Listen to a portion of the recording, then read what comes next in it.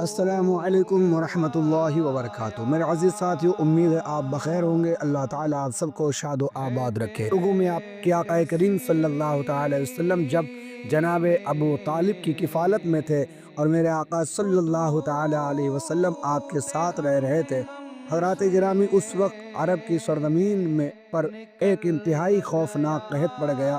اہل مکہ نے بتوں سے فریاد کرنے کا ارادہ کیا کہ چلو بتوں سے فریاد کریں کہ بارش ہو جائے، مگر ایک حسین و جمیل اور خوبصورت بوڑھے عرب نے مکے والوں سے کہا کہ اہل مکہ، ہمارے اندر ابو طالب موجود ہیں جو بانی کعبہ ہیں، حضرت ابراہیم خلیل اللہ علیہ السلام کی نسل سے ہیں اور کعبہ کے متولی اور سجادہ نشین بھی ہیں، ہمیں ان کے پاس چل کر دعا کی درخواست کرنی چاہیے۔ چنانچہ تمام سرداران عرب ابو طالب کی خدمت میں حاضر ہوئے اور فریاد کرنے لگے کہ اے ابو طالب، قحط کی آگ نے سارے عرب کو جھلسا کے رکھ دیا ہے۔ یہ جانور گھاس پانی کے لیے ترس رہے ہیں، انسان دانا پانی نہ ملنے سے تڑپ تڑپ کر دم توڑ رہے ہیں، قافلوں کی آمد و رفت بند ہو چکی ہے اور ہر طرف بربادی ویرانی کا دور دورہ ہے۔ اے ابو طالب، آپ دعا کیجئے کہ بارش ہو جائے۔ اہل عرب کی فریاد سن کر جناب ابو طالب کا دل بھر آیا اور حضور صلی اللہ علیہ وسلم کو اپنے ساتھ لے کر حرم کعبہ میں گئے۔ حضور اقدس صلی اللہ علیہ وسلم کو دیوار کعبہ سے ٹیک لگا کر بٹھا دیا اور دعا مانگنے میں مشغول ہو گئے۔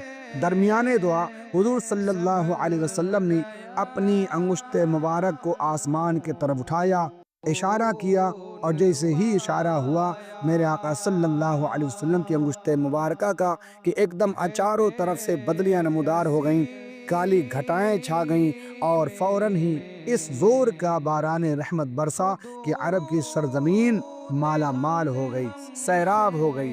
جنگلوں، بیابانوں، میدانوں میں ہر طرف پانی ہی پانی نظر آنے لگا۔ چٹیل میدانوں کی زمینیں سرسبز و شاداب ہو گئی، قحط دفع ہو گیا، کال کٹ گیا اور سارا عرب خوشحال اور نہال ہو گیا۔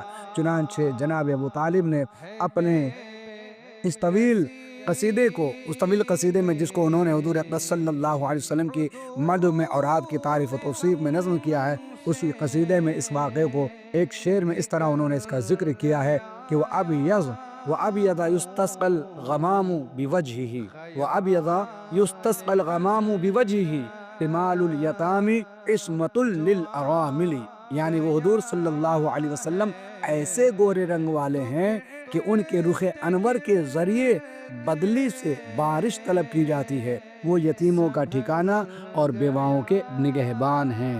سبحان اللہ۔